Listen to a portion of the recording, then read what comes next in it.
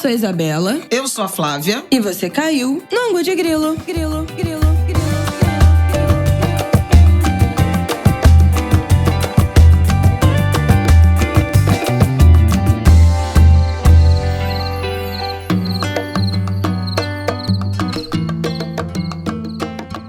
Olá, Angulers! Mais um Angu de Grilo está no ar, de volta, depois de uma semaninha de férias. Estamos gravando, gente, na segunda-feira, 11 horas da manhã. O Brasil ainda está na Copa? O Brasil foi eliminado? Não sabemos. Essa é uma pergunta que ainda não temos resposta. Então, vocês, quando ouvirem esse podcast, já vão saber. A gente já vai saber o que aconteceu. Estamos de volta depois de uma semana de recesso, porque a Flávia tirou férias, foi para Sergipe, foi para a Ilha do Ferro. Está apaixonada por tudo. E aí, Flávia, bom retorno, tudo bem? Como foi? Eu me apaixono. Eu me apaixono, me emociono. Bem, Angulers, obrigada pela paciência com essa ausência de uma semana, mas era realmente necessário, porque conexão, acesso à internet era bem precário, especialmente lá na Ilha do Ferro, às margens de São Francisco. Mas antes de tudo, eu quero lembrar que hoje é dia de São Pedro, dia 29 de junho. Eu sou devota de São Pedro há muitos anos. Acabei de mostrar essa imagenzinha que está comigo desde fevereiro de 2008. Eu tinha feito uma promessa que se eu conseguisse o apartamento onde eu moro até hoje, ele entraria comigo na mudança, porque teve muito rolo na compra do apartamento. E agora, toda casa minha, eu chego com o meu São Pedro, meus festejos juninos, minhas festas são em honra de São Pedro, que tem um sincretismo com Xangô. Eu cresci na Umbanda, vocês sabem, essa associação de São Pedro com Xangô, ela, enfim, me sustenta. Tenho muita fé, então, viva São Pedro, viva os santos juninos. E olha que coisa impressionante, né? O Brasil jogou no dia de todos os santos juninos. Primeiro jogo, Santo Antônio, 13 de junho. Segundo jogo, São João, 24 de junho. Terceiro jogo, primeiro, do mata-mata. Não, teve mais um jogo. Qual foi o outro jogo? Marrocos, Haiti, Escócia. Ah, não, Haiti não foi no dia do santo. Da Escócia que foi no dia de São Pedro. De São 24. João. E agora o primeiro jogo do mata-mata no dia de São Pedro. Se a seleção for merecedora, eu espero que será agraciada com essa vitória e essa classificação para as oitavas de final. Estou aqui na torcida já vestindo a minha camisa, pitombeira dos 4 cantos, amarela, porém não da CBF. Comprei também uma camisa branca da CBF, uma camisa de torcida. Para mim e para o Aiden foi presente de Dia dos Namorados, a gente usou lá na Ilha do Ferro. Foi incrível, eu estou completamente apaixonada por Aracaju, pela Ilha do Ferro, do lado de Alagoas, do Rio São Francisco, fascinada pelo Rio São Francisco, tomei banho no Rio São Francisco. Foi tudo muito maravilhoso. As festas juninas, principalmente a Vila do Forró, lá em Aracaju, e Barracão da Sergipe, que a gente viu quadrilha, forró de pé de serra, uma maravilha, uma festa menor do que esses festivais com atrações que nada tem a ver com as tradições nordestinas. Confesso que eu fiquei muito chocada com a mudança na indumentária, as pessoas vestindo preto, e botas de cano longo, um look muito mais sertanejo, São Paulo, a estética sertaneja de São Paulo, Centro-Oeste, e não mais a estética que eu vou chamar aqui carinhosamente de caipira, como nós conhecemos. Vou adorar ver um resgate daquela época, mas assim, foi muito bacana. E na Ilha do Ferro, que é uma comunidade piquititica, com dezenas de artistas, escultores, bordadeiras, pintores, artistas visuais. A noite de São João, a véspera, que a gente chama de noite de São João, a véspera, né? De 23 para 24, fogueiras na porta das casas. Ai, uma lindeza, gente. Eu postei algumas fotos, vocês podem já ter visto. Assistimos, eu e a Adena, ao jogo da Seleção Brasileira no Mirante, lá na praça, um telão projetado na parede.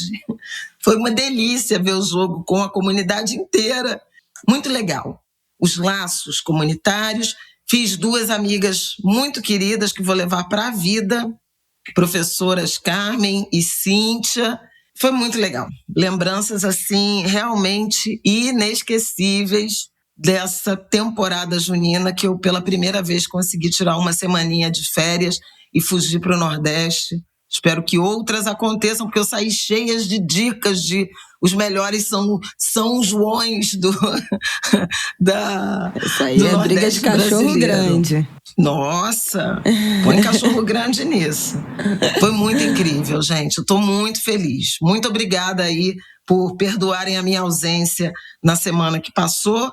Vai, Brasil! Viva São Pedro! Vamos trabalhar! Vambora, gente. Hoje vão ser 2 blocos, porque, né, pelo amor de Deus, já tá quase na hora do jogo. Na terça-feira, quando vocês ouvirem esse episódio, ainda vai estar todo mundo na ressaca do jogo. Então, a gente vai fazer 2 blocos. O primeiro, a gente vai dar um panorama aí do cenário político dessas 2 últimas semanas, especialmente a nova treta, né, Michele Bolsonaro, Flávio Bolsonaro, a partir do vídeo da Michele, e também a operação da Polícia Federal relacionada, mais uma fase, né, da operação relacionada ao Banco Master, que mirou Jacques Wagner. Então, esse é tópico de Angu de Grilo. No segundo bloco, vamos fazer um pop-upzão aí para essa semana. Vamos falar de Venezuela, vamos falar de Copa, das últimas coisas que aconteceram aí, que balançaram aí as emoções na Copa do Mundo. E vamos deixar os pop-ups aí para a próxima semana. Vamos começar esse episódio logo, Flávio, vamos embora. Bom, eu quero começar com a Michele, que na semana passada... Qual foi o dia? Foi no dia do Jogo do Brasil, né? Foi dia 24. Exatamente, no dia de São João. Tipo, 6 da tarde, o jogo pra começar 7 da noite, ela me solta um vídeo desse. Eu fiquei achando até que era IA. Eu falei, gente, isso é IA pra perturbar o nosso jogo do Brasil, sinceramente. Mas Michele soltou um vídeo em 2 partes, né? Um vídeo longo em que ele afirma que Flávio, e ela não fala, né, Flávio Bolsonaro em nenhum momento, ela só fala Flávio, teria maltratado ela, humilhado ela numa conversa por telefone, dizendo que ele e os aliados tratavam ela como uma idiota, que ele foi muito ríspido, me desrespeitou e me maltratou no telefone. Classificou, né, essa atitude como uma apunhalada. Disse que viu as mensagens nas redes, né, dos filhos do Bolsonaro e que todas eram muito parecidas, então era uma atuação coordenada, premeditada dele. Ele falou que seria melhor se eu não tivesse ligado, me desrespeitou, me maltratou, eu não tinha feito nada contra ele. Disse que era melhor ficar fora das decisões do partido. Disse que eu havia chegado ontem e não entendia nada de política. Diante dessa humilhação, eu disse que estava tudo bem, entendi que ele não queria o meu apoio e que esse era insignificante. Então eu me recolhi, fiquei na minha e assim permaneço. Para eles e para alguns que o cercam, eu não entendo nada de política. E aí ela fala: eles me tratam como se eu fosse idiota, como se eu fosse alguém que chegou ontem, mas eu não sou. Eu sei mais do que eles pensam. Bom, esses bastidores, né, dessa treta envolvem a treta que eles já estão vivendo, né, familiar. O UOL diz, né, na matéria do UOL, que ela estava revoltada com notícias de que ela estaria exigindo desculpa pública dos 3 filhos. Essa é uma declaração, né, essa boataria tem crescido nas redes sociais, e também um impasse em relação sobre vagas do Senado pelo Ceará e disputa, palanque no Senado. Isso eu quero que Flávia comente, porque envolve uma aproximação do PL do Ceará com Ciro Gomes. Então, fazer ou não, tentar ou não uma aproximação, uma aliança com o Ciro Gomes, que aparentemente vai vir candidato a governador do Ceará, para Flávio ter um palanque na disputa com Ciro Gomes. Então, tem essa treta, né? Aparentemente, o Flávio, né, e os aliados gostariam dessa aproximação e a Michelle é contra porque o Ciro criticou, ofendeu, xingou, né, o Bolsonaro, o Jair, em outros momentos, então ela seria contra essa aproximação. E aí começou-se essa treta, que já tem desdobramentos interessantes, assim, do ponto de vista do apoio. O vídeo dela provocou aí uma onda de apoio nas redes sociais, né, com políticos mulheres, né, de direita e de esquerda, manifestando solidariedade à Michelle. O vídeo foi usado pela esquerda para colar, né, no Flávio essa imagem de machista, de misógino, mas ponderando, né, que ainda estamos falando de Michelle Bolsonaro também, calma. E na direita, outras mulheres da direita exaltaram Michelle. Damares, né, fez um comentário, né, elogiando, coerente, forte, corajosa, amo você, amiga, Senhor do céu. Outras mulheres, cadê? Presidente estadual do PL Mulher em Minas, Ellen Miziara, comentou.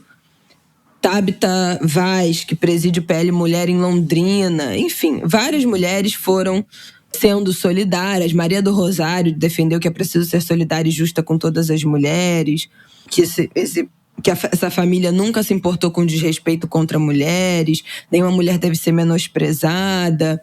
Enfim, Erika Hilton publicou que Michelle percebeu que a verdadeira ameaça às mulheres é o seu próprio partido.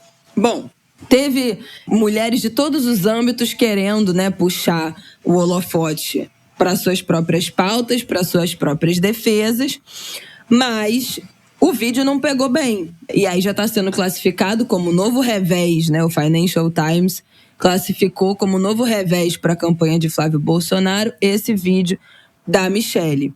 Foram 2 vídeos que somam quase 30 minutos, né? Eu falei que era em 2 partes, são 27 minutos no total. O Flávio divulgou um texto nas suas redes se desculpando, afirmando que em nenhum momento ofendeu ou teve a intenção de ofender a Michelle. Texto e vídeo. Mas eles estão nessa treta já há muito tempo, né? E ela, aparentemente, está dando todos os sinais que está disposta a tacar tudo no ventilador. Quero te ouvir, Flávia, qual foi o tamanho do baque de mais essa treta pública, né, entre os Bolsonaro, ainda mais ela falando, eu sei de muita coisa, né, me soou assim como ameaça esse trecho. Eles acham que eu não sei de nada, mas eu sei de muita coisa. Então, tipo assim, Mona, baixa a sua bola, porque realmente ela deve saber de muita coisa, né, gente? Não é um apoio, não é um silêncio de se jogar fora, né? A primeira coisa que eu gostaria de destacar é o chá de revelação, né, que Michelle Bolsonaro teve em relação a como os homens de extrema-direita tratam as mulheres da política. Eu vi algumas... Pois é, parabéns. Inclusive, uhul, bem-vinda. Bem-vinda. E não que os da direita, da esquerda sejam tão diferentes. Tem uma diferença, é verdade, também não vou nivelar todo mundo por baixo, mas o campo progressista também repele mulheres. Não é fácil para mulheres terem visibilidade, oportunidade, mando. Há muitos ataques também, há muita sabotagem também, nós sabemos disso. Agora, é marcante nesse campo da extrema-direita o desprezo pelas chamadas minorias, e isso inclui as mulheres, né? Especialmente a extrema-direita com notas teocráticas, inclusive por um discurso que prega subordinação das mulheres aos maridos, esse confinamento às atribuições do lar. A gente vê muito isso, né? Damares Alves, ex-ministra, senadora, cunhou a frase meninos vestem azul, meninas vestem rosa. Há um avanço, no pior sentido, né, da palavra, muito grande sobre direitos das mulheres, né, contra direitos das mulheres, contra autonomia feminina. E a gente sabe que o bolsonarismo, ele é fortemente hostil à participação feminina, né? Como, aliás, é a extrema-direita. Donald Trump, igual. Enfim, Não, e assim, embora eles descartem todo mundo, a gente fala muito isso aqui, né? Que eles não têm lealdade a ninguém, as mulheres são ainda mais descartáveis, né? Porque tava a Damares, que já foi esse símbolo, né, dessa extrema-direita, prestando solidariedade à Michelle. A Joyce Hasselman foi uma que foi jogada às traças, banida por esse povo. A própria Janaína Pascoal também. Então, assim, várias mulheres proeminentes dessa extrema-direita, que surgiram, cresceram com esse movimento bolsonarista, no primeiro treta, revés, a primeira tensionamento, elas foram completamente descartadas, né, por eles. A própria Carla Zambelli, atropeladas, né? Marta Zambelli, que virou a grande culpada, né, pela derrota. Então, assim... E aí, depois disso, quando isso acontece, elas acordam. Continuam sendo de extrema-direita, né? Mas acordam em relação a esses pares aí bolsonaristas da família. Mas, enfim, não é a primeira mulher que está sendo descartada, né? A partir do interesse ou não dessa galera. Exato. Então, o primeiro ponto é esse. Michele Bolsonaro, aparentemente, tornou público, né? Fez seu chá de revelação a partir da consciência de como esse campo político, esse movimento político ao qual ela pertence, trata as mulheres. Ela reivindica no vídeo um protagonismo e vitórias em relação à ampliação do PL, das mulheres no PL, do PL Mulher, né, como foi denominada, ela presidente, e inclusive reivindica também a participação, o protagonismo na eleição de várias mulheres para cargos proporcionais na eleição de 2022 e reclama o fato de ela defender candidaturas femininas, pelo menos 3, ao Senado, que estão sendo secundarizadas ou desprezadas pelos homens do partido. A começar pelo Ceará, em que o PL fez uma aliança com Ciro Gomes e ela descasca, ela já tinha feito isso antes e repete, né, o repúdio, a revolta com Ciro Gomes, que de fato atacou e ataca ainda, né, Jair Bolsonaro, e atacou os filhos. Aliás, Ciro está numa entrevista para a Veja, fala disso também, né, que o candidato dele a presidente é Aécio Neves. E Aécio Neves Meu aqui. Meu Deus do céu, gente! 2014. Para o mundo, para o mundo. O Brasil realmente, gente, parece que para no tempo, sabe? Gente, misericórdia. É uma falha na Matrix. Seguimos, que ele não vai votar no Flávio Bolsonaro, não há hipótese. E a Michele questiona isso, inclusive pelo fato de a candidatura ao Senado para o Ceará ter o pai do André Fernandes, que foi candidato a prefeito, né, de Fortaleza, nessa aliança com o Ciro Gomes, e a candidata que ela apoia, que é Patrícia... Agora esqueci o sobrenome dela. Vê para mim, Bela. A candidata que ela apoia está sendo escanteada pelos homens. Isso é uma. A outra, Carol Detone, lá de Santa Catarina. E a outra, a Bia Kicis, que seria candidata ao Senado por Brasília. Ela diz que num universo de 54 senadores que serão eleitos, ela reivindica 3 vagas, 3 candidaturas, né, para emplacar 3 candidaturas. Priscila Costa, né, Patrícia? Priscila Costa, isso. Priscila Costa, que teve um papel importante, segundo a Michele, nas eleições 2024, no Ceará, nas eleições municipais, ajudou a reduzir a, digamos assim, resistência, a repulsa feminina ao André Fernandes, porque os candidatos de extrema-direita têm uma dificuldade com o voto feminino, por óbvio, né?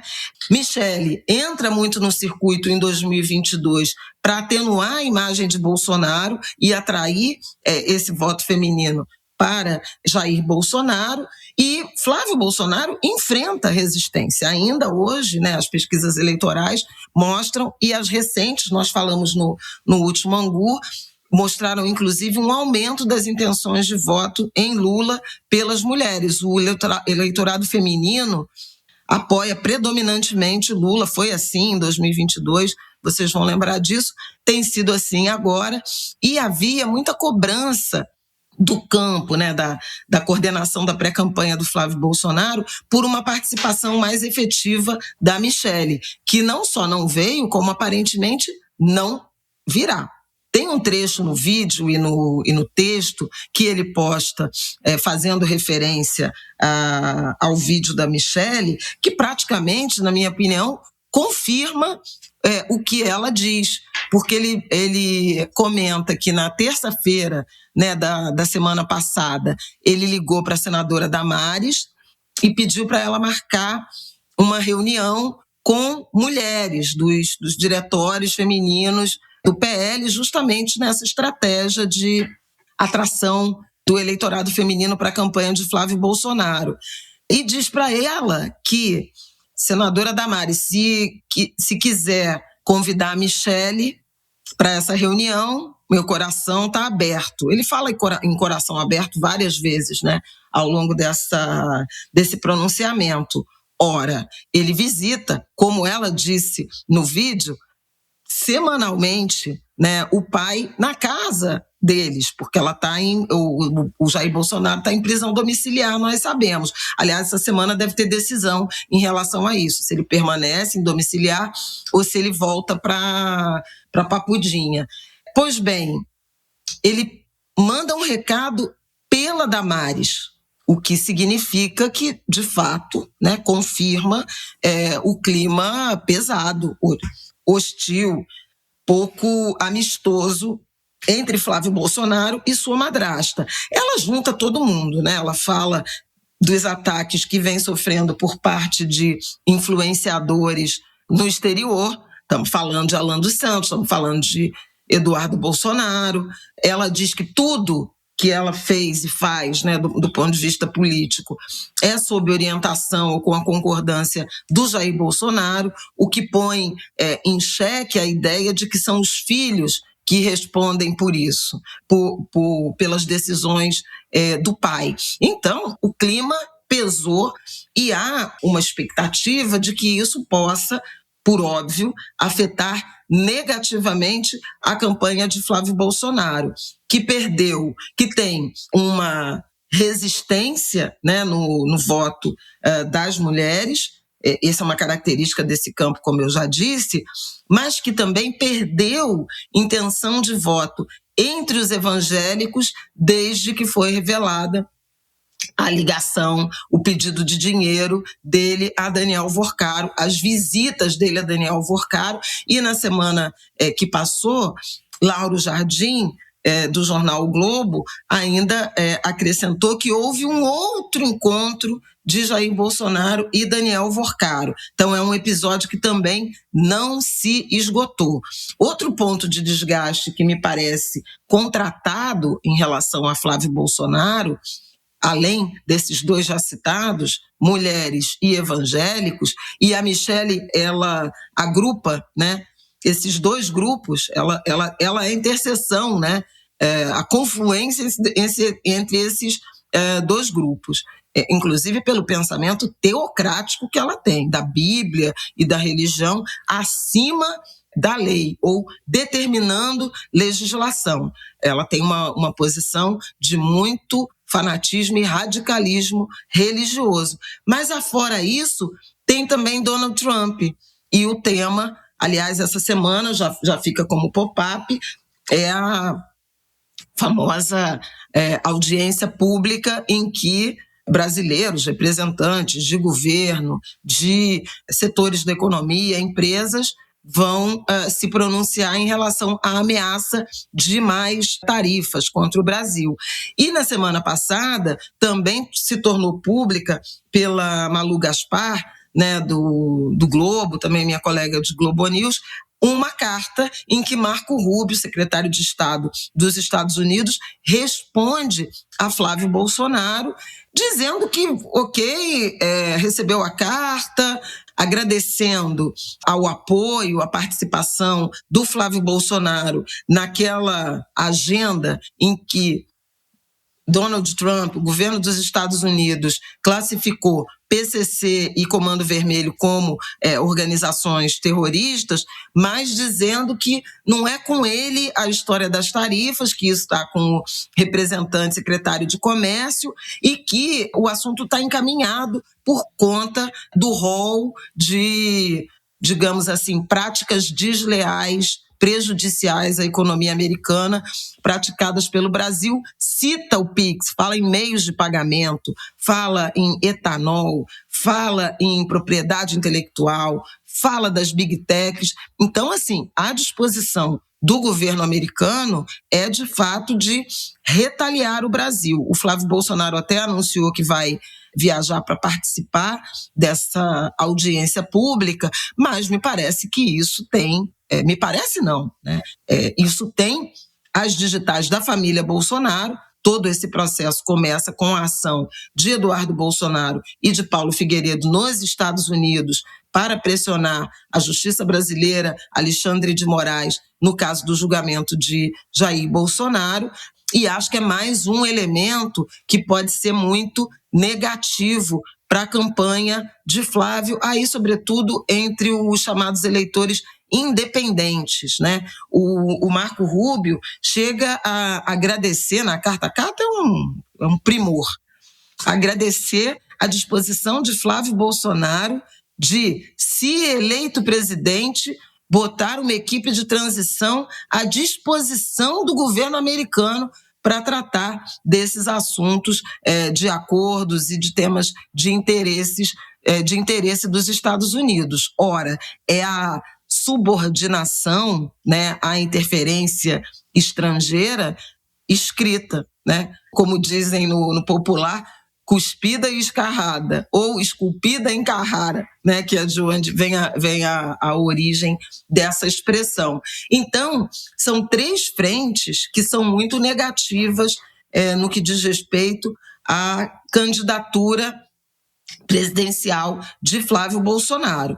Não há sinais de que haverá substituição dessa candidatura. Muita gente viu no pronunciamento da Michelle um posicionamento na direção de se apresentar como uma candidata. Eu lembro que hoje são todos pré-candidatos, porque a formalização, né, das chapas ela só vai se dar em agosto, o prazo final é 15 de agosto, então ainda teria realmente condições de o PL formalizar uma outra chapa com Michelle Bolsonaro integrando. Mas, como eu mencionei, a forma como essa extrema-direita, esse campo, se posiciona em relação às mulheres e o próprio Jair Bolsonaro, eu quero lembrar de uma tríade que o cientista político Fábio Vasconcelos me apresentou, e eu já falei dela no Angu, vou relembrar. Os critérios são lealdade ou confiança, sobrenome e sangue. Quem tem os três atributos são os filhos. E hoje o que está em condições de ser nomeado e indicado sucessor de Jair Bolsonaro é Flávio Bolsonaro, é o filho mais velho, e é isso que está acontecendo. Nenhum outro, né, nome contempla essas três dimensões que são absolutamente vitais, essenciais para um autocrata como é Jair Bolsonaro. Michelle tem o sobrenome, mas não necessariamente tem a confiança, a lealdade e não tem o sangue. Né, não tem a hereditariedade. E é curioso porque no vídeo ela até fala isso, de que vários desse conteúdo, né, contrário a ela, suprimia o sobrenome Bolsonaro dela. Então, assim, isso Gente, é um estudo de caso. O vídeo dela é um estudo de caso, inclusive do ponto de vista da forma como ele se estruturou, né? Tinha uma estrela de Davi, tinha um cálice, tinha umas imagens de uns quadros atrás com referências religiosas. Foi muito profissional. A camisa com bordados, com palavras de provocação, em alguma medida. Então, assim, do ponto de vista da semiótica, né, da estética e do ponto de vista do conteúdo, foi realmente muito revelador, e eu compartilho da opinião de colegas que viram nisso uma fratura muito grave na relação dentro da família, né, nas relações familiares, e também no ambiente político envolvendo a extrema-direita. A gente já sabia que a relação de Michele com os enteados não era boa, nunca foi, mas ela ficou em silêncio por bastante tempo, mandando ora aqui uma indireta aqui, outra acolá, mas dessa vez ela escancarou as janelas, jogou tudo para fora, e é fogo no parquinho, né? O Flávio está tentando consertar, mas é muito difícil. Agora, a Isabela mencionou, né, mulheres, inclusive do campo da esquerda, prestando solidariedade, e por essa participação igualitária, por essas oportunidades que nós, mulheres progressistas, lutamos, né? É bom que se deixe bastante claro, mas ela também foi muito criticada pelo campo dela, pelos homens do campo conservador que ela representa. Então, assim, não é... Tem quem identifique um racha, né, no campo da extrema-direita entre Michele, o grupo de Michele, o grupo de Flávio Bolsonaro. Mas se racha a parcela, né, a proporção que critica ela por ter exposto todas essas diferenças é maior do que as que estão aliadas a ela, e principalmente as mulheres do campo, porque é da natureza desse campo político exigir uma discrição e uma posição coadjuvante das mulheres nas decisões políticas. Eu acho que é isso. Acho que é isso também. E fica aí o grande pop-up do ano, talvez dos próximos meses, entender qual vai ser essa configuração, né? Como é que essa família vai se comportar nessa campanha, né? Agora nessa pré-campanha e a partir do momento que começar a campanha, porque é isso, a Michele ficou calada há muito tempo e eu acho mesmo que ela tem muita coisa a dizer. Então, assim, se eles forem realmente para um conflito ainda maior e ela resolver soltar tudo que ela sabe, o negócio vai ficar muito feio. Então, também acho que ele tem que botar a viola no saco, né? Se ainda quiser preservar essa candidatura, que foi o que ele fez, né? Subiu um vídeo pedindo desculpa, dizendo que não é bem isso, porque tem pessoas que não dá pra brigar. Mas, por mim, sinceramente, que eles briguem muito e prejudiquem bastante essa candidatura, me fazem um favor imenso. Vamos passar pra gente falar do Jacques Wagner, para a gente fechar esse blocão política. A essa altura vocês também já devem estar sabendo, mas acho que vale a gente passar aqui no ângulo para registrar. Né? Na quinta-feira, dia 18, o senador Jacques Wagner, do PT da Bahia, líder do governo no Senado, foi alvo da 9ª fase da Operação Compliance Zero, relacionado, né, ao escândalo do Banco Master. Vocês já estão carecas de saber. A Polícia Federal apontou que Jacques Wagner atuou em defesa dos interesses do Banco Master no Congresso e, em troca, recebeu vantagens indevidas, como um apartamento de luxo em Salvador, avaliado em 2,5 milhões, e repasses a empresas ligadas à família do parlamentar, do Jacques Wagner. Além dele, nessa fase, a Polícia Federal também mirou no banqueiro Augusto Ferreira de Lima, ex-sócio de Vorcaro, e dono do Banco Pleno, liquidado também pelo Banco Central em fevereiro.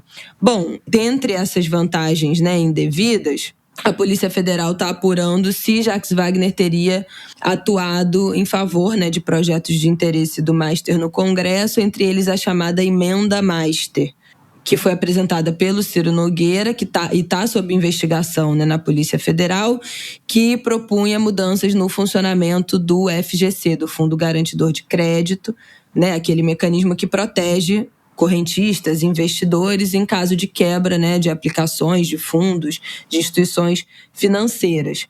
Na prática, essa emenda ampliaria esse modelo de negócios fraudulento, né? Essas fraudes do Banco Master, ampliando a cobertura do FGC.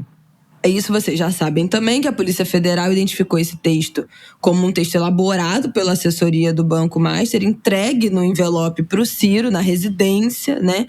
E isso vocês já sabem, porque faz parte, né, da investigação no Ciro Nogueira, mas a apuração agora diz que Jacques Wagner teria atuado pela aprovação dessa proposta no Senado. Em contrapartida, essa história do apartamento avaliado em 2,5 milhões em Salvador, além de repasses que somariam 3,5 milhões por meio de uma empresa ligada a familiares, assim como o uso de aeronaves e ingressos para shows. Essa apuração teve origem a partir de análises encontradas no celular de Augusto Lima, né, ex-sócio aí do Vorcaro. Bom, essa foi a operação, né, que aconteceu no dia 18 de junho, portanto aí tem quase 2 semanas, na quinta-feira retrasada. E a partir disso, na quinta-feira passada, dia 25, o Jacques Wagner deixou, né, a liderança do Senado, e Lula nomeou a senadora Tereza Leitão, do PT de Pernambuco, como a nova líder do governo no Senado. Então, ele acabou, né, sendo retirado aí dessa liderança do Senado, porque, né, não ficou um pouco assim tensionado, não teve muito clima de continuar a partir dessa investigação aí da Polícia Federal. Comentários, Flávia? Eu já vi aqui hoje, estava vendo que já foi medido aí uma queda de 5% em pesquisa. 5 pontos. 5 pontos. No Nordeste. Aí, meu Deus, cadê? Margem no de Nordeste. erro, tá? Mas que já estaria aparecendo aí um impacto na avaliação. Na avaliação não, né? Na intenção aí de voto de Lula no Nordeste a partir dessa investigação em cima de Jacques Wagner. Então, também um tensionamento do outro lado, né, dessa pré-corrida, dessa pré-campanha. Comentários? Comentário, bom, o caso Master realmente é o fiel da balança e de fato tem sido um escândalo, né, um episódio determinante na percepção, né, no interesse dos eleitores e na percepção em relação à campanha corrida eleitoral de 2026.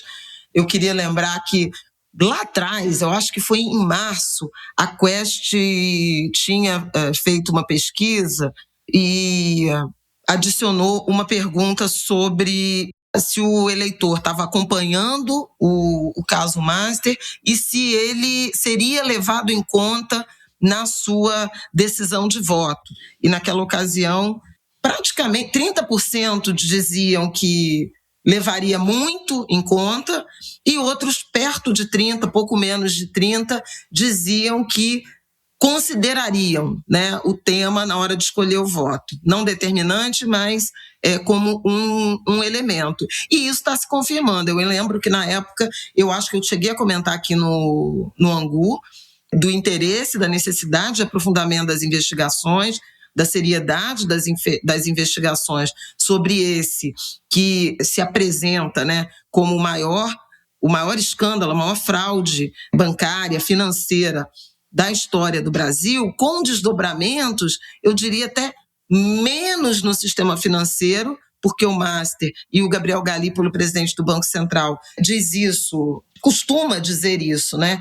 Ela trouxe menos risco para o sistema financeiro do que para o sistema político, porque mostrou as entranhas dessa rede de relacionamento muito ancorada no centrão, na direita, mas também com um elo, né, um eixo na esquerda, em particular nesses nomes, né, nesses protagonistas políticos do PT na Bahia. Jacques Wagner, já evidentemente envolvido e pré-candidato à reeleição, né, para o Senado pela Bahia, e não se descarta alguma repercussão também, algum impacto também em Rui Costa. Por que Rui Costa, ex-ministro da Casa Civil do Lula, ex-governador da Bahia, ele que era governador em 2018, no período em que houve a venda da empresa baiana de alimentos, da EBAL, e das cláusulas de edital que atenderam a uma proposição e, portanto, ao interesse de Augusto Lima. Foi isso que deu no crédito sexta, no crédito consignado, levou a aproximação entre Augusto Lima e Daniel Vorcaro, e que foi um pouco um modelo, a engenharia que se replicou no que diz respeito ao consignado em vários outros estados brasileiros, em várias unidades da federação. O escândalo do Master, ele tem muitas camadas, né, e muitas etapas.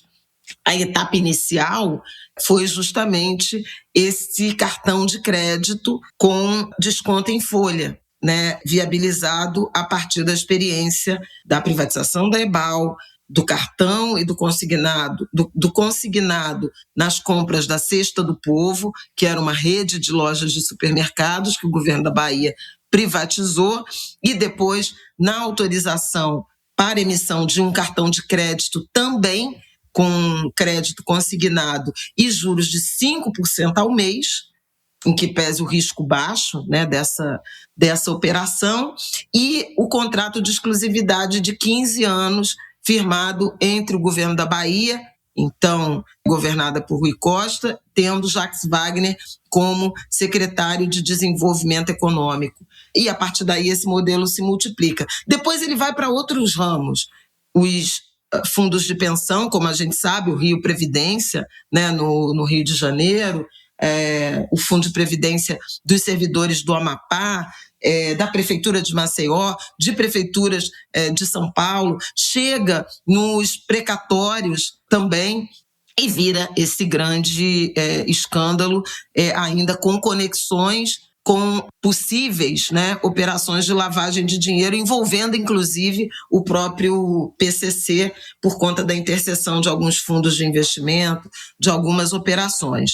Tudo isso para dizer que é, de fato, um escândalo que ameaça ou que impacta, né, as eleições, a perda de intenção de votos que alcançou Flávio Bolsonaro e até aqui vinha beneficiando Lula, se deve à relação de Flávio Bolsonaro com Vorcaro, que ele tentou esconder, desmentir, negar, mas que agora está escancarada e ainda mal explicada, mas há expectativa, sim, de que essa vertente da operação que chega num líder importante do PT e muito próximo do presidente Lula também possa ter impacto. A Isabela mencionou uma primeira pesquisa que mostra queda de 5 pontos na intenção de votos de Lula depois desse escândalo, a intenção de votos no Nordeste. Esse número é exatamente a margem de erro, porque o recorte regional ele tem uma margem de erro maior, mas deve ter sim um alerta. Eu destacaria, primeiro, um certo amadorismo da equipe de Lula, de pré-campanha, e do próprio PT em reagir à operação da Polícia Federal envolvendo Jacques Wagner, porque isso era esperado. Em vários momentos, desde a liquidação do Master e do início das investigações, havia essa desconfiança, suspeita de envolvimento de líderes do PT da Bahia por conta dessa origem ali do Cesta do Povo, Crédito Sexta, EBAL. E o governo quando, por fim, a operação se deu, ficou perplexo, né? E isso me impressionou. Pareceram tão perplexos quanto a pré-campanha de Flávio Bolsonaro e o PL diante da revelação de que Flávio Bolsonaro tinha um relacionamento de irmão próximo, de pedido de dinheiro a Daniel Vorcaro.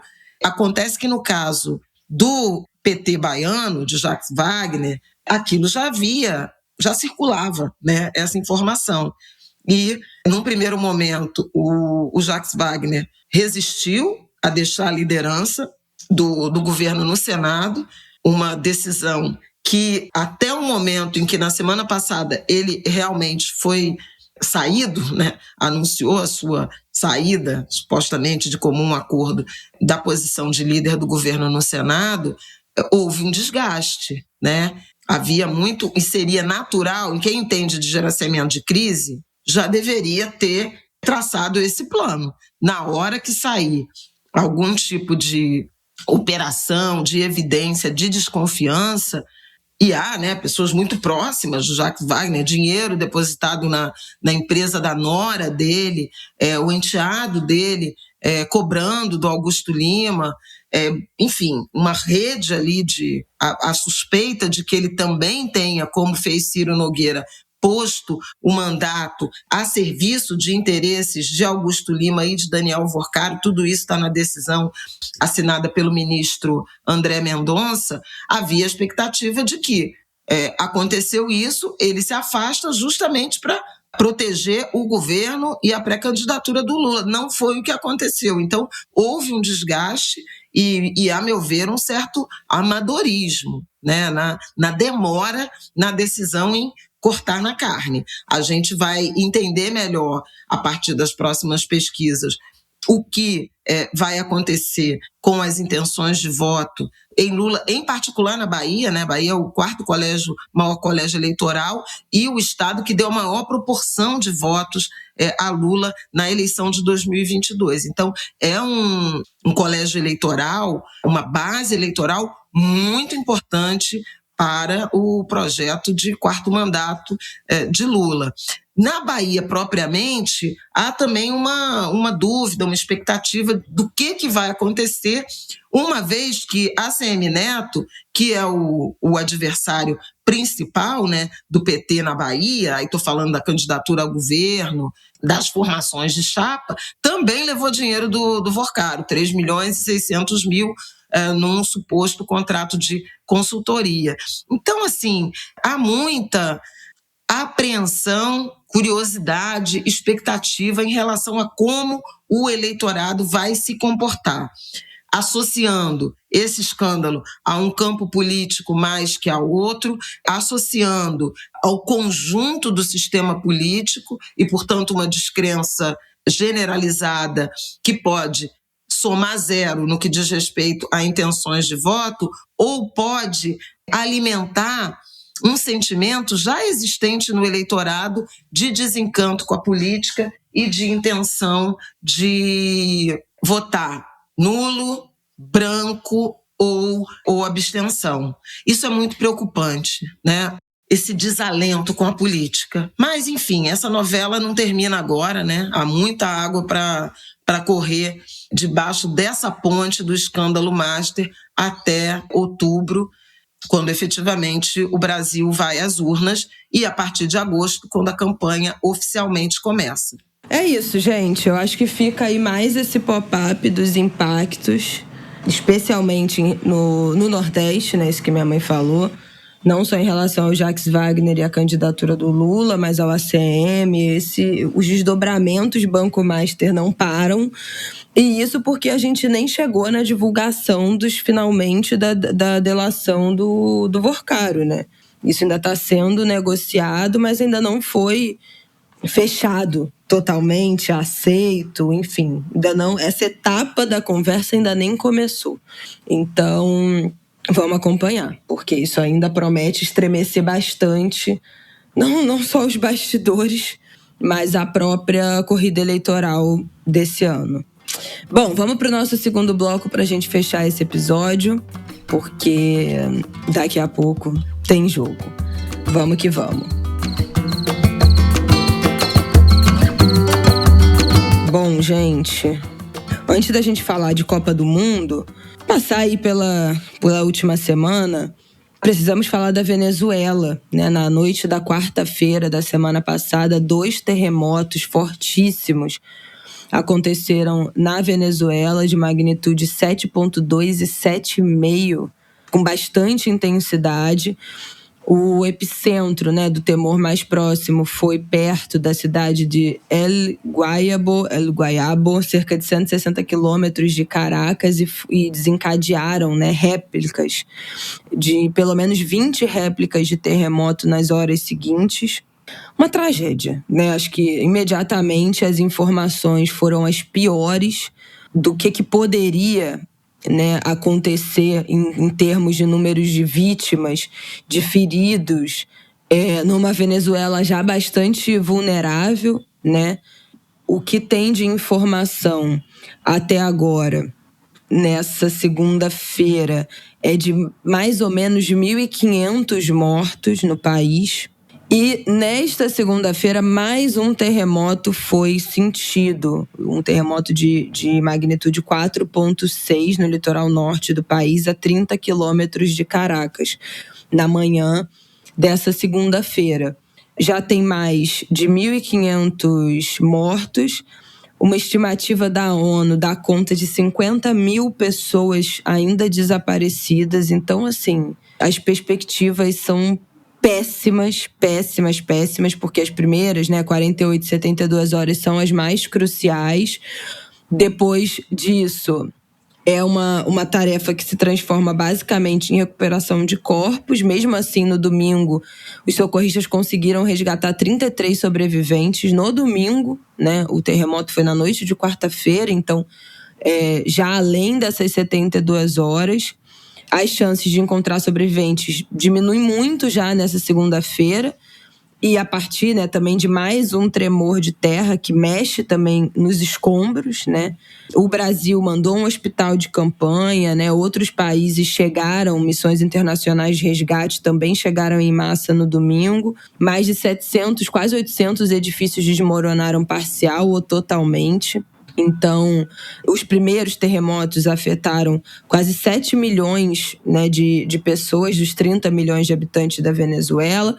E esse risco permanece porque novos tremores já aconteceram, né? Esses tremores secundários, e que podem, obviamente, afetar, talvez não afetassem se fossem, né? Teve um primeiro tremor de magnitude 4,6, talvez não afetasse tanto, mas agora, depois desses tremores grandes, ainda podem ter pessoas, né, sobre esses escombros que, sendo novamente remexidos, isso pode ser fatal. Prédios, né, construções que já tiveram as suas estruturas danificadas a partir de tremores menores podem colapsar. Então, isso depois, né? Ainda que não tenha vítimas fatais, mas imagina, são prédios que as pessoas perdem tudo. Você cria uma segunda crise social, né, absurda. Então, as perspectivas são péssimas, especialmente porque ainda tem milhares, né, de desaparecidos.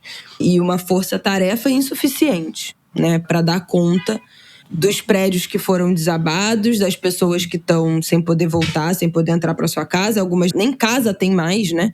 As imagens de drone, algumas que circularam aí nas redes nesse último final de semana, são terríveis, devastadoras.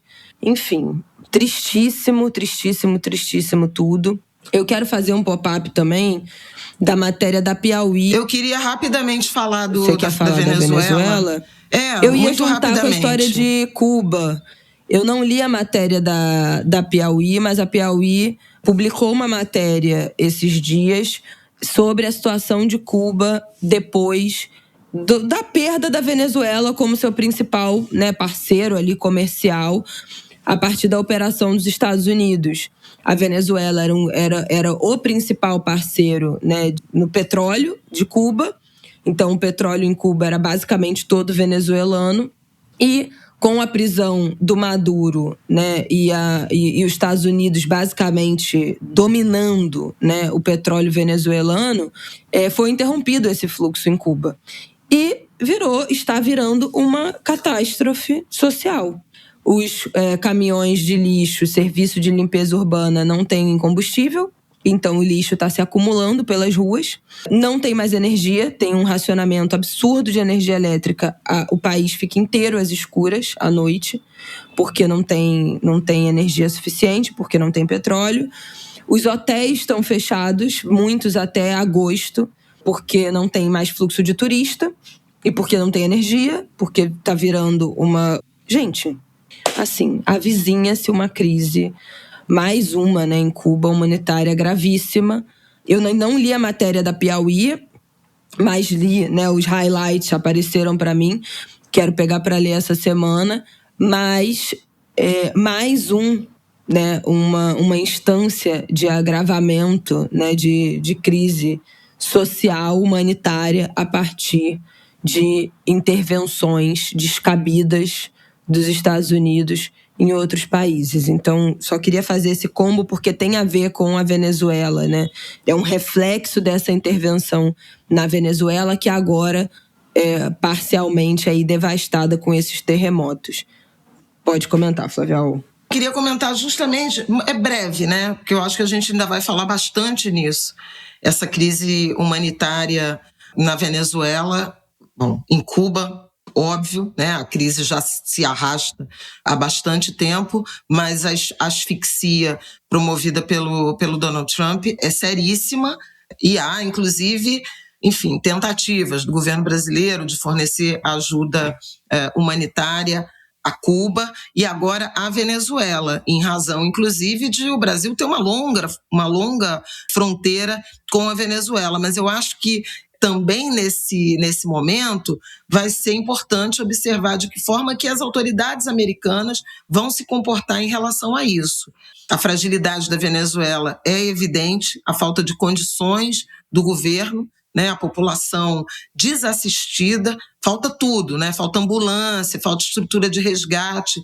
O Brasil já mandou, acho que o terceiro avião com ajudas as mais variadas, hospital de campanha, água, enfim, não tem carro para remover os cadáveres. E o tempo vai passando e a situação fica cada vez mais grave. E a gente vai entender de que maneira o governo Trump, os Estados Unidos, que Donald Trump vem se autoexaltando, né, pela operação na Venezuela, que sequestrou e prendeu o Nicolás Maduro, que reconhece o governo de Delcy Rodrigues no país, né, sem nenhuma perspectiva de transição democrática, o acordo que envolve, inclusive, o petróleo venezuelano, lembrando que a Venezuela é o país com maior volume de reservas, né, petrolíferas do mundo, e agora uma catástrofe humanitária deveria ser igualmente também de corresponsabilidade dos Estados Unidos. Então,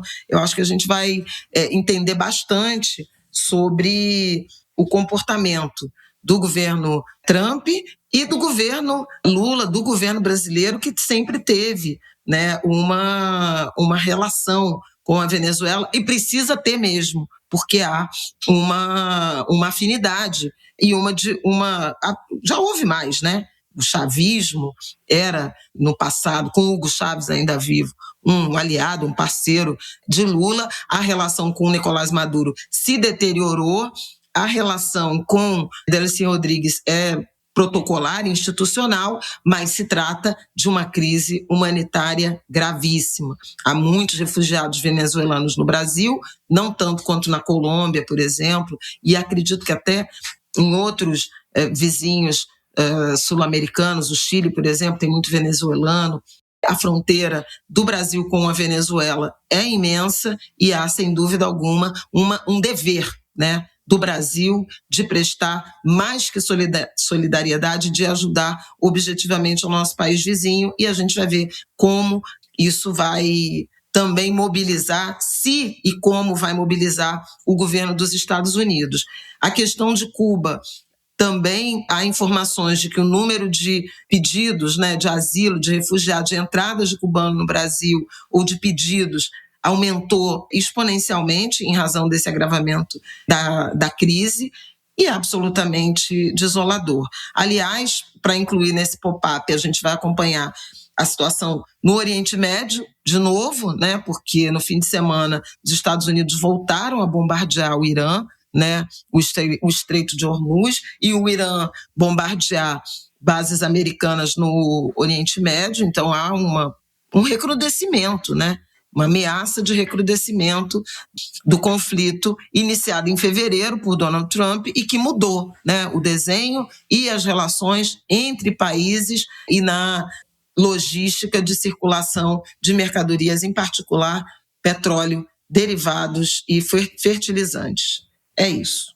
É isso, gente. Acho que para fechar, Copa do Mundo, eu queria citar aqui o surpreendente Cabo Verde, que a gente falou no último Ângulo de Grilo, né, que a gente gravou durante o Cabo Verde e Espanha, e que não parou de surpreender e foi classificado aí para o mata-mata da Copa do Mundo. É emocionante o momento, né, em que eles terminam de jogar e tem um outro jogo acontecendo no mesmo momento para eles entenderem se eles vão se classificar ou não. E comemoram a classificação muito emocionados, deixando o Uruguai de fora, né? Olha isso, quem imaginou que o Cabo Verde, uma seleção estreante em Copa do Mundo, fosse conseguir deixar o Uruguai de fora? O Uruguai que também, assim, hoje em dia é uma nostalgia do que já foi, né? Porque também não é esse time forte desse jeito. Mas é um peso, né? É uma seleção que tem um peso em Copa do Mundo. Mas muito emocionante. E jogaços acontecendo, né? Semana passada, um jogaço. França e Noruega. 3 gols de Dembélé, um hat-trick mais rápido de não sei quantos anos da Copa do Mundo. Enfim, tem coisas legais acontecendo, jogos emocionantes acontecendo. O Vinícius Júnior foi roubado, hein? Brasil garfado. O Vinícius Júnior objetivamente marcou 3 gols. Quero falar do meu orgulho do Ryan. Gente, que garoto legal, gente. Comemorei que tanto, garoto gente, legal. que ele entrou. Jogando um bolão, sabe? Dando assistência. Menino da base, uma alegria. Fazia tempo que a gente não via, assim, alguém com tanta alegria, espontaneidade, chegando na seleção brasileira. Ele desde Pelé não havia um sub-20 como titular na seleção brasileira. Eu sou muito fã do Ryan, já era por conta do Vasco, me sinto completamente representada. Quero destacar a surpresa muito positiva da classificação para a segunda fase, aí, essa chamado 16avos da seleção de Cabo Verde, com o adendo da acusação de estupro de uma brasileira na Nova Zelândia pelo capitão da equipe. Uma notícia que aqui tomamos conhecimento no fim de semana, matéria da Camila no Globoesporte.com. É lamentável, né? Como esse tipo de situação não inibe convocação, titularidade ainda por cima, a faixa de capitão do time, né? Por um acusado de estupro. É muito triste. Imagina, mas no futebol assim, é quase recompensado. Bonito. Nossa, um horror. É muito triste isso. E eu li um texto, vou pedir desculpas porque eu acho que eu não vou conseguir me lembrar de quem, mas falando assim, as mulheres nunca podem ser felizes totalmente, né? Com nada. É isso. É duro. Costa do Marfim também se classificou, né, para a próxima fase, também comemoraram muito. Meu Deus, qual era a outra coisa que eu queria falar? Queria falar do Ryan, que eu também sou muito fã. Fiquei muito feliz que ele foi titular, jogou super bem. Acabou ganhando, né, essa posição a partir aí da lesão do Rafinha. E honrou, né, muito bem.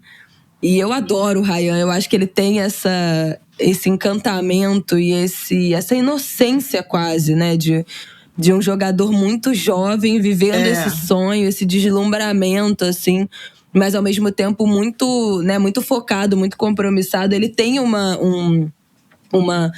inocência, uma infantilidade, assim, que me lembra muito o John Kennedy também do Fluminense. Mais uma dessas joias que o Diniz pega para si, né? É uma história assim parecida desse resgate, não a história deles dois individualmente, mas esse olhar que o Diniz tem para esses jovens que têm essa gana, essa inocência, assim, esse frescor, esse encantamento com o futebol e que vai lá e é doido e vai lá e faz e acontece. Então, essa empolgação do Ryan me lembra muito a empolgação do John Kennedy, que é jogador do Fluminense, que também foi, enfim, revelado e resgatado pelo Diniz e que tem essa leveza de um jovem jogador de futebol, sonhador também disso tudo. Então eu tô torcendo muito, muito pro Ryan nessa seleção, gente. Muito animada. Mais do que pro Brasil ser hexa, que eu não acredito muito que vai ser, não. Vou contar, assim, falando sério, eu não tenho esse otimismo todo. Acho que tem seleções melhores do que o Brasil, não tenho a menor dúvida. Mas torcendo muito pro Ryan, e pro Vini, pro Endrick, pro Igor Thiago. Alguns jogadores, assim, da seleção que trazem esse encantamento, né, de vestir a camisa do Brasil, que eles consigam triunfar aí nessa Copa, individualmente, né? É isso, gente. Mais alguma coisa, Flávia, a acrescentar? Eu queria deixar 3 dicas aqui de livros. Você viu a peça da Regina também? Eu vi, me debulhei de chorar. Alô, São Paulo. Ela faz o último fim de semana no Rio agora, esse primeiro fim de semana de julho, ainda é no Rio, e na sequência em julho vai para São Paulo. Eu recomendo demais. Viva a Vida é de uma beleza, gente. Eu me debulhei de chorar porque é de fato uma declaração de amor à natureza, uma forma muito sensível, muito criativa de apresentar dados científicos, lançar alertas sobre a questão ambiental, sobre a nossa existência, né? Um texto muito feliz, muito bem elaborado, do Estevão Seavata, meu querido amigo, direção dele e da Daniela Thomas, que também assina a cenografia, e a Regina, que atriz é Regina Casé, né? A interpretação dela é tão especial que tem vários momentos na peça que você não sabe se aquilo é um caco, é um improviso, está acontecendo, se está no texto. Ela é muito maravilhosa, gente.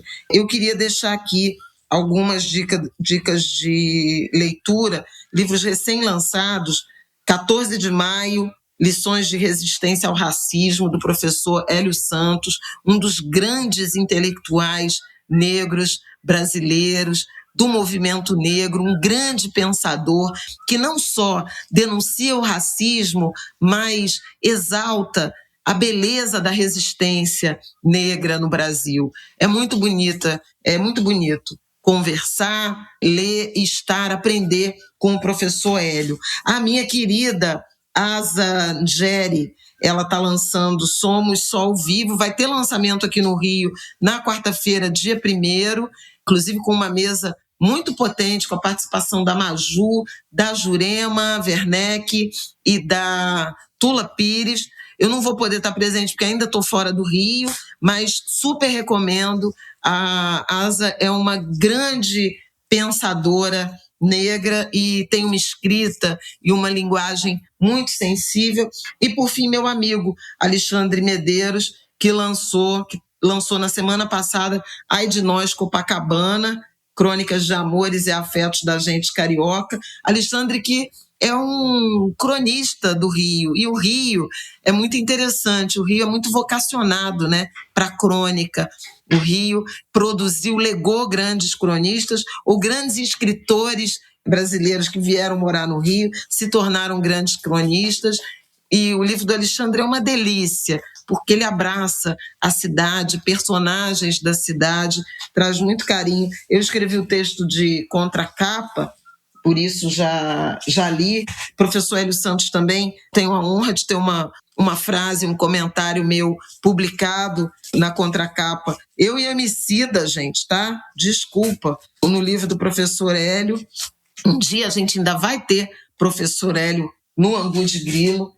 E a querida Asa também. Então, queria deixar essas dicas de leitura. Aproveitando que junho está chegando ao fim, por favor, ouçam ouçam Luiz Gonzaga, Flávio José, João Gomes. Vamos buscar nossas origens, vistam-se de chita, celebrem as tradições culturais, gastronômicas, musicais, artísticas e solidárias do Brasil nordestino, sertanejo do sertão, não é sertanejo do agroexportador, não. Enfim, não estou aqui fazendo crítica ao agroexportador.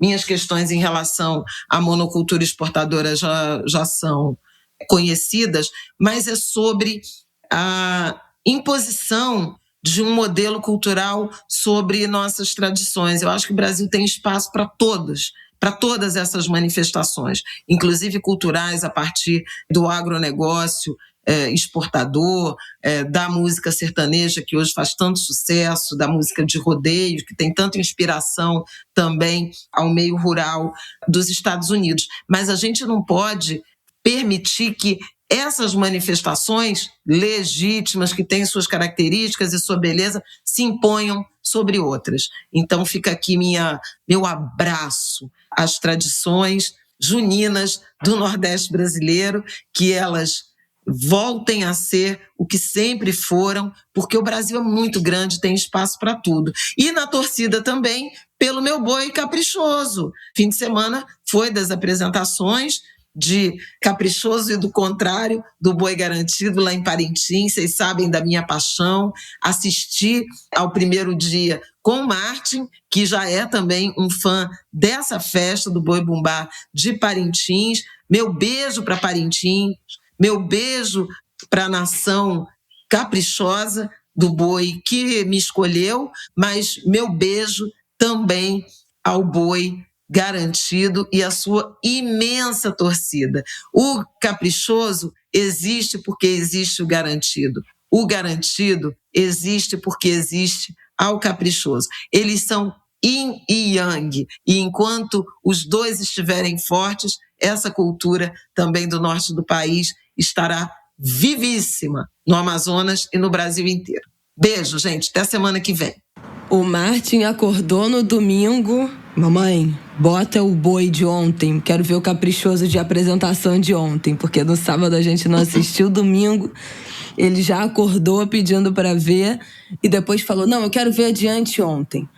Aí ele, mamãe, olha essa hora que ele vai levantar o braço. Olha essa hora que o boi não sei o que lá. Porque ele já tinha visto com você, ele ficou, olha essa hora que vai ter não sei o que. Então, assim, animadíssimo. Agora, ele, mamãe, pega o meu boi caprichoso, que ele tem um boizinho de isopor, presente do nosso amigo Rafael Rafik.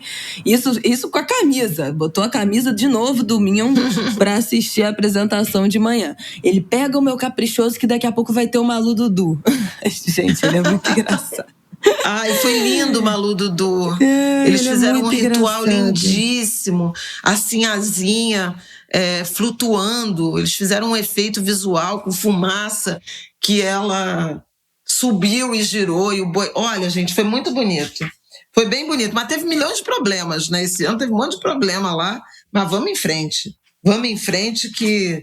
a cultura brasileira as crianças é uma estão maravilha, amando, importante. É de uma beleza. É isso. É isso, minha gente. Vamos fechar esse episódio. Grande Rio anunciou enredo também na semana passada. Agora já temos todos os enredos do Carnaval, os 12 enredos. 12? 12 enredos do Carnaval do Grupo Especial 2027, a partir do anúncio da Grande Rio. Uma parceria com Gana para falar do povo Tabon, que foram os afrodescendentes, né, os descendentes de africanos escravizados, nascidos no Brasil, que voltaram, que retornaram para o território, né, que hoje é Gana. Olha aí, falando dele, ele acabou de chegar aqui. Oi, vovó! Oi, meu amor! Peraí que a vovó não tá te ouvindo. Deixa eu terminar aqui o que eu tô falando. Pelo amor de Deus. Aí, Grande Rio... Peraí, dá um oi pros Angulhas, pelo menos, né? Oi! Fala qual é o seu palpite do placar do jogo. 2-1. 2-1 Brasil? Sim. Boa. Tá bom. Amor, eu também tô nessa, hein? Eu também tô por... por 2-1 Brasil, vamos ver. Gente, só uma informação aqui que eu fiquei devendo. Ryan, o Rian Mendes, né, que é o capitão da seleção de Cabo Verde, que é investigado pela polícia da Nova Zelândia por uma denúncia de estupro feito por uma brasileira, e a reportagem foi da Camila Alves, do Globoesporte.com, em São Paulo. Isso, gente. E aí, finalizando o que eu estava falando, Grande Rio anunciou seu enredo sobre o retorno desse povo, o Estabom, ao território que hoje é Gana. Então, uma parceria aí com Gana, uma parte, né, da Grande Rio viajou, né, para Gana, visitou. Então, um excelente enredo. Inclusive, estou bem animada e estou pensando em fazer, a partir ali de agosto, um especial para os nossos apoiadores, lendo, comentando as sinopses dos sambas. Um esquenta aí para o nosso Angu de Carnaval, uma versão realmente para os viciados, uma versão estendida aí comentando as sinopses, que a gente sempre acaba passando muito rápido, né, no Angu de... Muito rápido, nem tão rápido, né, no nosso Angu de Carnaval. Mas fazer um especial aí semanal para os nossos apoiadores. Se vocês toparem, comentem aqui, falem com a gente lá nas redes para eu me empolgar. Em agosto tem a Noite dos Enredos na Cidade do Samba, em que as escolas fazem uma apresentação, né, musical, de dança também, para divulgar os seus enredos. E aí, a partir disso, eu acho que valeria a pena fazer um por semana aí dos enredos dessas 12 escolas. A gente ainda termina antes de dezembro, antes do nosso anguzão de carnaval, porque o carnaval é no primeiro final de semana de fevereiro, é muito cedo ano que vem, então já começou demais. É isso, aliás, se vocês toparem essa ideia, me falem, galera. Aliás, o fim de semana, dia de São João, foi aniversário da Viradouro. O Viradouro completou 80 anos, estivemos eu, Aidano, Léo Bruno, minha casca de bala... minhas cascas de bala, na festa, na celebração dos 80 anos da Viradouro, campeã do Carnaval 2026. Viva ela! Eu queria mandar um beijo também para minha irmã, amiga, mestra, referência, Sueli Carneiro, que fez aniversário no dia também de São João, 24 de junho, maravilhosa. E para Conceição Evaristo, que passou os últimos dias na cidade do Porto, em Portugal, e foi homenageada na livraria Lelo, lá na cidade do Porto. Olhos d'Água, o livro premiadíssimo da Conceição Evaristo, foi escolhido como a primeira obra para ocupar as prateleiras da Manifesto Library. É um projeto que escolheu 100 obras de autores variados, né, que revelam vozes silenciadas e histórias esquecidas, e a Conceição teve o seu Olhos d'Água selecionado e foi o primeiro livro a simbolicamente ser entronizado, vou dizer assim, na livraria do Porto. Eu estou muito orgulhosa dela.